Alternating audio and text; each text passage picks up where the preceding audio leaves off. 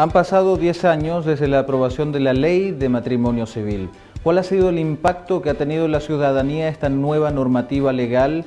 Estamos en periodo de balances, requiere más reformas. Es una materia que abordaremos a continuación con el académico de la Facultad de Ciencias Jurídicas y Sociales de la Universidad de Talca, profesor Jorge Del Picó. Bienvenidos, esto es Agenda Región.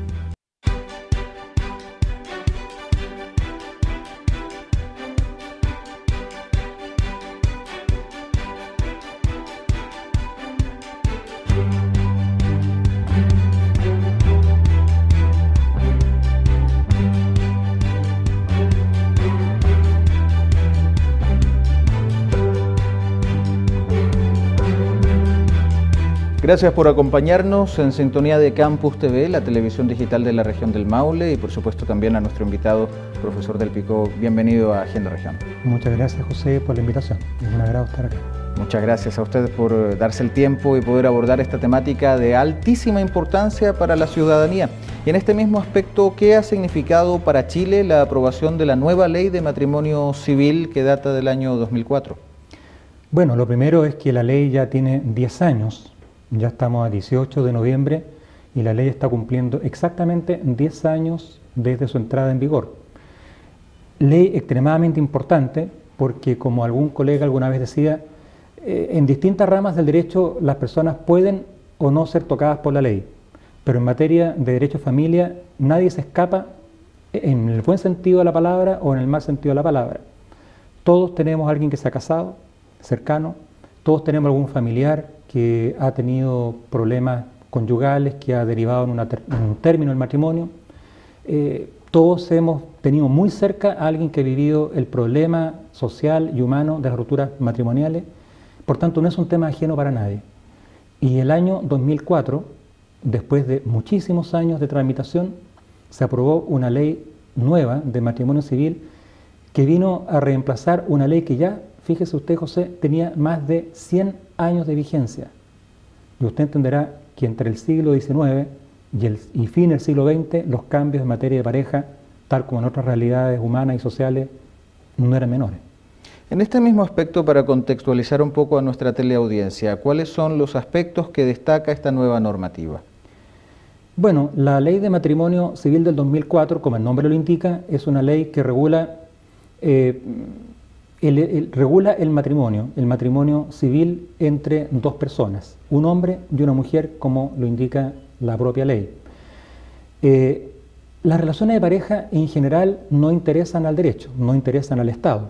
Por lo menos en los últimos años la tendencia es que hay un espacio propio de la intimidad en la cual ni la sociedad, ni el Estado, ni la ley se meten. Pero si uno quiere ordenar sus relaciones de pareja, recurriendo a un estatuto privilegiado como es el matrimonio, bueno, debe celebrar el matrimonio en los términos que legalmente están previstos.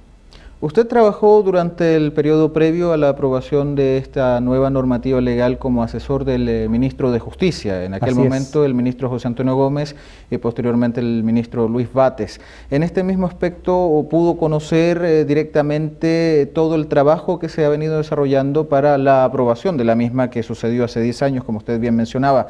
Sin embargo, el proceso de tramitación demoró más quizá de lo que uno podría estimar. ¿A qué se pudo deber esa demora?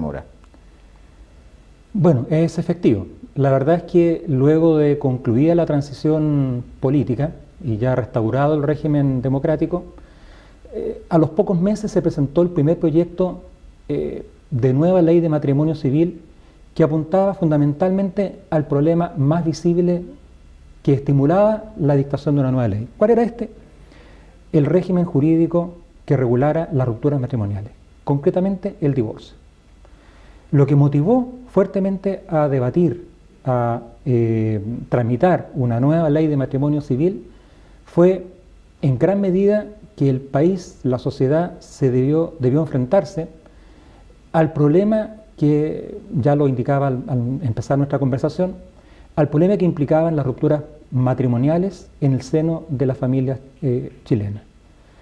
Se presentaron distintas iniciativas legales tendientes a enfrentar este problema social complicado. Recordemos que antes de existir la ley de matrimonio civil que incluye actualmente el divorcio, las segundas familias o las terceras familias no tenían la protección o la tutela de un ordenamiento legal que las reconociera como tales frente al resto de la sociedad y quedaban, la verdad sea dicha, bastante desprotegidas. Entonces, el origen de la ley tiene que ver directamente con la voluntad política traducida legislativamente de entrar a ordenar estas segundas y terceras uniones surgidas luego de una ruptura conyugal. Hubo dos proyectos, un primer proyecto presentado por la entonces diputada Laura Rodríguez del Partido Humanista, digamos un año después de instalado el Congreso Nacional, incluso antes diría yo, y otro proyecto de quienes se oponían a la aprobación del divorcio vincular en Chile y que más bien plantearon la idea de ampliar las causales de nulidad matrimonial, que no tiene que ver con lo que seguramente los telespectadores recordarán, este famoso tema de las nulidades fraudulentas. No, la idea era ampliar las causales de nulidad de tal manera que aquella persona que le fuere aplicable alguna de estas causales se entendería que jamás estaba casado. Cuando uno optaba por ampliar las causales de nulidad, si esto llegaba a buen término, se declararía que no hubo matrimonio. En cambio, si se aprobaba una ley de divorcio vincular, significaría que hubo matrimonio, pero por causas sobrevinientes este matrimonio fracasó. Finalmente, en la Cámara de Diputados se aprueba el proyecto que contempla el divorcio vincular, pero se estanca durante bastante tiempo. Hubo sectores que legítimamente se opusieron a lo que implicaba la introducción del divorcio, y esto ligó a conversaciones, negociaciones, en sede parlamentaria, digamos también en la sede social y política que esto implicaba. Pero se llegó a un buen entendimiento, a un buen acuerdo, que permitió que posteriormente el Senado de la República aprobara la ley de matrimonio civil bajo el número 19.947, con ciertas características que le hicieron muy especial y que seguramente usted me querrá preguntar también. Evidentemente, y justamente a partir de aquello, esas características, junto a otros aspectos, qué duda cabe, también facilitaron la aprobación de esta normativa. Bueno, así es. Quizás, ¿cuáles fueron los institutos principales que esta ley trajo consigo? Bueno, primero, permitió la posibilidad de que dos personas que hubieran contraído o celebrado un matrimonio válido pudieran divorciarse con las causales que la propia ley estableció. En segundo lugar, que no es menor y que en parte posibilitó la aprobación de la ley, permitió, o más bien dicho, consagró el reconocimiento civil del matrimonio religioso. Fíjese usted que el año 1884, o más bien dicho, hasta ese año en que se dicta la ley de matrimonio civil, el único matrimonio válido en Chile era el matrimonio celebrado ante la Iglesia Católica. Aprobada la ley de 1884, el único matrimonio válido, no, se dio vuelta a la tortilla, se fue al otro extremo, solo el matrimonio civil. El matrimonio religioso, quien lo celebrara, quedaría en calidad de concubino por un buen tiempo. La ley vino a ampliar los espacios de libertad de las personas, de tal manera que libremente pudiera optar por un matrimonio estrictamente civil si sus creencias o convicciones religiosas no eran determinantes, pero si sus creencias o convicciones religiosas eran importantes y relevantes, abrió la posibilidad de celebrarlo también en forma religiosa. Ese fue el segundo gran instituto que trajo consigo la ley de matrimonio civil. Después agregaría yo los paliativos jurídicos a los efectos negativos de la ruptura. Preocupación especial por los hijos del matrimonio que terminó, preocupación especial por el cónyuge más débil en la relación, estableció una institución de compensación económica al cónyuge más vulnerable luego de la ruptura. Y en cuarto lugar, yo destacaría que se creó una justicia especializada para tratar los temas de familia, separada de la justicia estrictamente dedicada a temas patrimoniales, al tema de las plata, al tema de los bienes. Yo diría que básicamente esos fueron los grandes 4 institutos que trajo consigo la ley. ¿Cuál era el panorama en Chile antes de la aprobación de esta nueva ley de matrimonio civil? Las personas que se veían afectadas por una ruptura conyugal o por un quiebre grave en su relación de pareja y estaban casados, no podían divorciarse y por tanto legalmente no podían iniciar una segunda unión. Esto significó que habían parejas que tenían a 20, 30 años y que no podían casarse. Parejas que en su segunda unión incluso podían tener 2 o 3 hijos y que en la primera unión pudo haber durado 1 mes o 2 meses, no tuvieron hijos y sin embargo la primera unión era la válida sin hijos y la segunda unión con hijos no era válida ante el derecho. Hay que recordar también que a fines de los 70 esta realidad social y humana adquiere un realce bastante grande en el sentido que los hijos nacidos en relaciones conyugales no regidas por el matrimonio pasaron a ser cada vez un número mayor. El año 2000, se había calculado que en Chile nacerían más niños fuera del matrimonio que dentro del matrimonio. El pronóstico quedó corto. En 1999, si no se hubiera reformado la ley en materia de filiación, Chile habría sido un país mayoritariamente de hijos ilegítimos. Vea usted las consecuencias que eso puede haber tenido desde el punto de vista significativo, simbólico para nuestra sociedad. Finalmente esta ley de una u otra manera ha permitido que las familias en segunda o tercera fórmula, por así denominarlo, las segundas y terceras familias, pudiesen tener algún tipo de protección ante la ley. Claro, quizás me faltó contextualizar de mejor manera lo que acabo de relatarle, pero en los últimos 30 años el derecho de familia ha tenido un cambio radical. No solamente en materia de derecho al matrimonio y la posibilidad del divorcio que ya le mencionaba, sino que también en materia de filiación. Se eliminó la odiosa distinción entre hijos legítimos e ilegítimos. Se eliminó la distorsión no menor en materia de la sanción penal a la conducta homosexual. Antes de la ley, digamos, de la década de 1990, los adultos que sostenían relaciones sexuales homosexuales, 2 varones o 2 mujeres, era sancionado penalmente. Se une a lo anterior la dictación de la ley de matrimonio civil que permitió el divorcio. O sea, el cambio es enorme. ¿Por qué ahora se pudo realizar estos grandes cambios? Quizás porque las prioridades políticas y económicas a mediados de la década del 90 permitieron dedicar tiempo y tiempo de calidad a resolver estos temas latamente pendientes en nuestra sociedad. Estamos conversando con el profesor Jorge del Picó, académico de la Facultad de Ciencias Jurídicas y Sociales de la Universidad de Talca, respecto de la ley de matrimonio civil que fue aprobada hace 10 años por el Congreso de Chile y cómo ha sido su impacto y evolución a través del tiempo. Hacemos una breve pausa y ya continuamos dialogando sobre esta temática aquí en Agenda Región por la pantalla de Campus TV.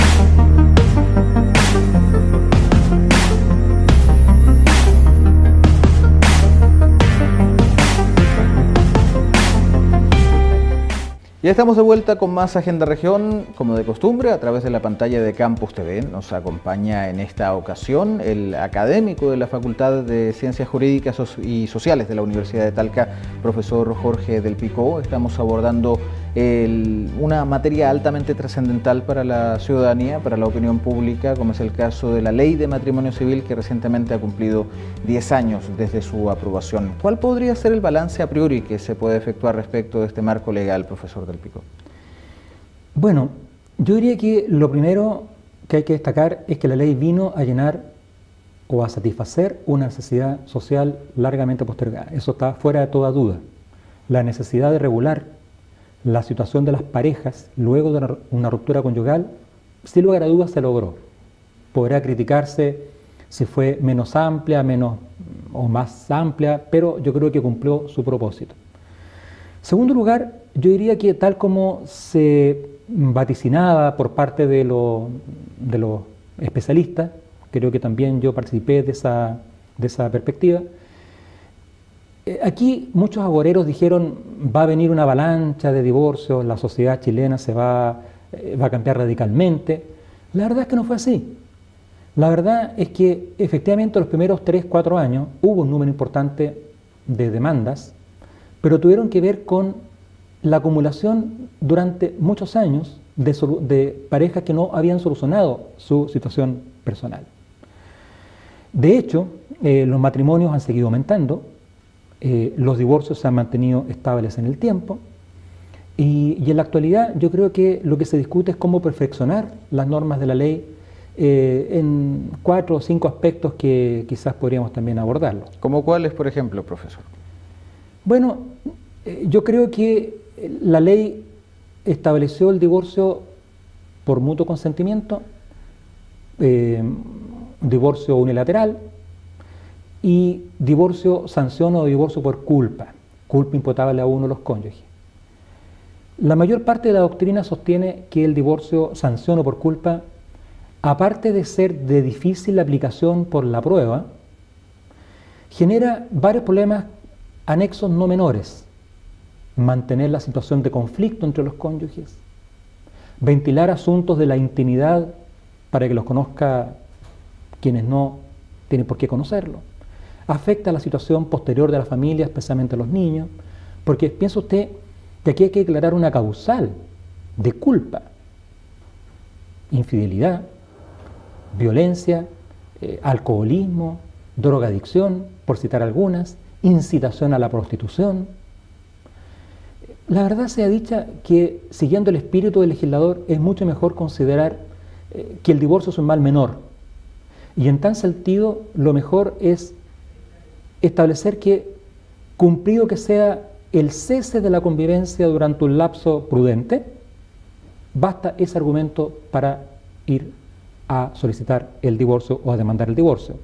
Obviamente estableciendo una diferencia según si ambos cónyuges están de acuerdo en divorciarse o es solamente uno de ellos el que tiene el interés y la voluntad de hacerlo.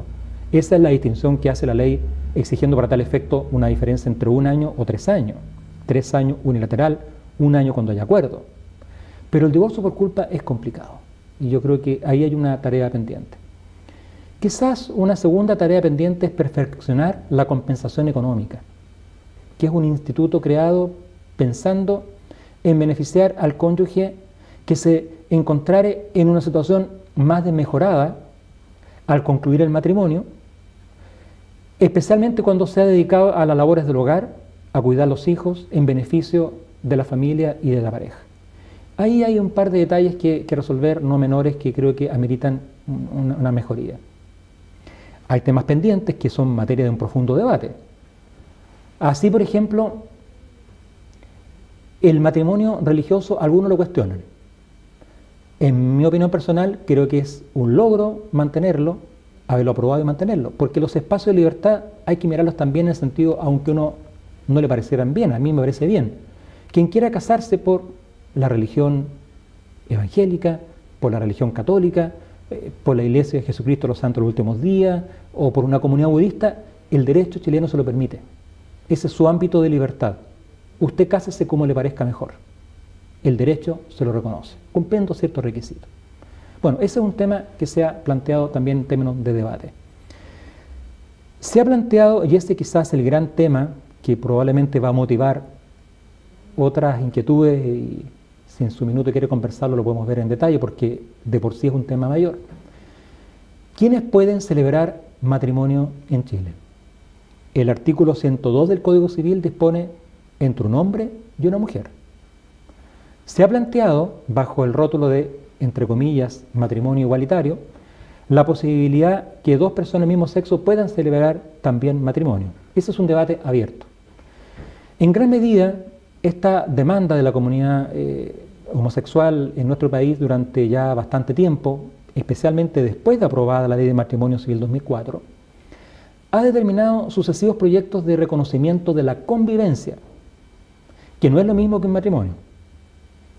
En tal sentido, 2, 3, 4 proyectos se han presentado y recientemente yo diría que está llegando a puerto uno que permite regular las convivencias, o sea, viven 2 personas, sin distingo si son hombres, mujeres, el sexo aquí no importa. El género no importa tampoco.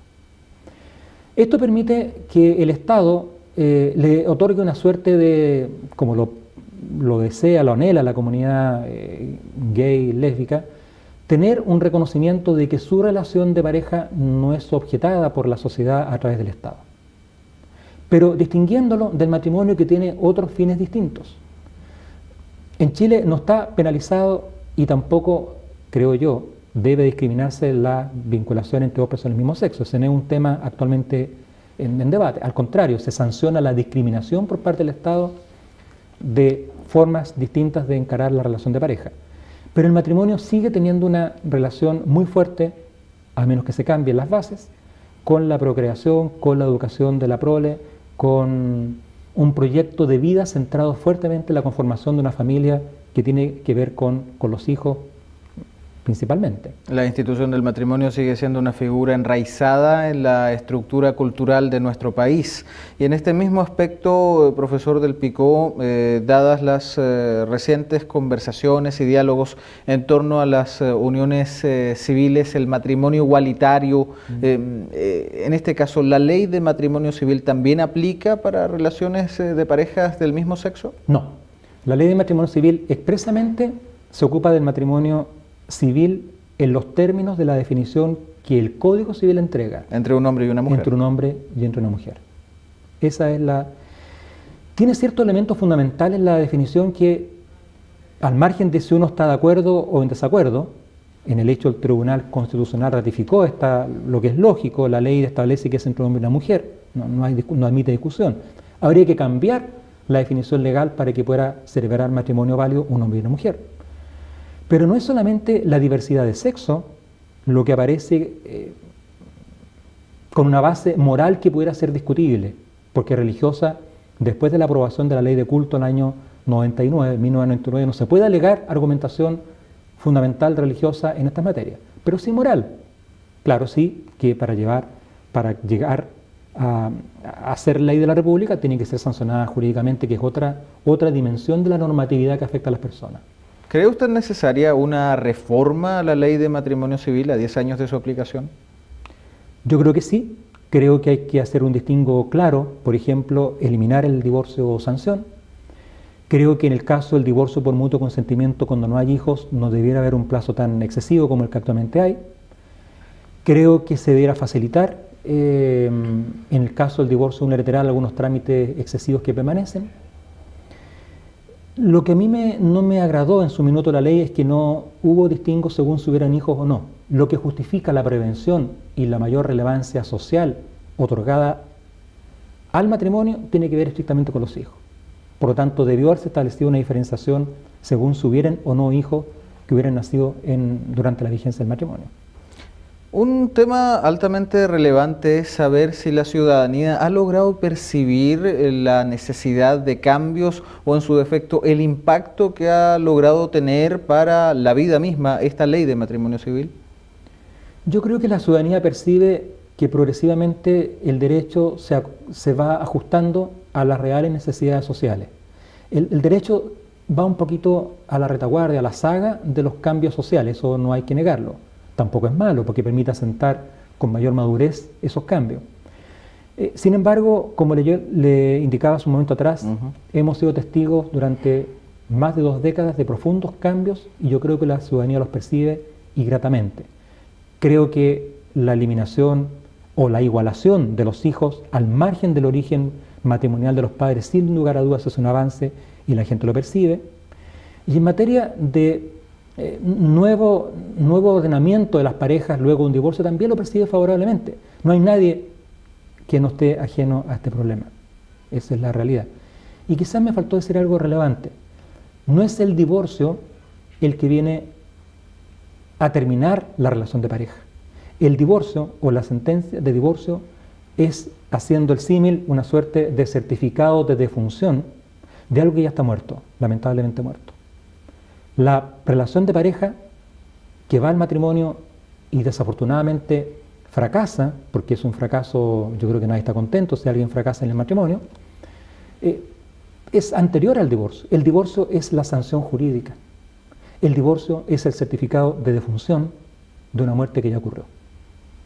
Profesor, lo último, ¿qué ente se preocupa de verificar el tema del matrimonio civil, de la ley del matrimonio civil, de su aplicación? ¿Solamente los tribunales de justicia o hay otros organismos dependientes? Bueno, el Servicio de Registro Civil e Identificación es el organismo clave en todo lo que se refiere a registro y formalidades vinculadas con el matrimonio. Desde el año 1884 le compete civilmente esta materia. Pero si alguien quiere demandar el divorcio, necesariamente debe hacerlo por la vía judicial. No existe en Chile en este minuto lo que se llama el divorcio notarial, vale decir, yo voy a una notaría y termino mi matrimonio.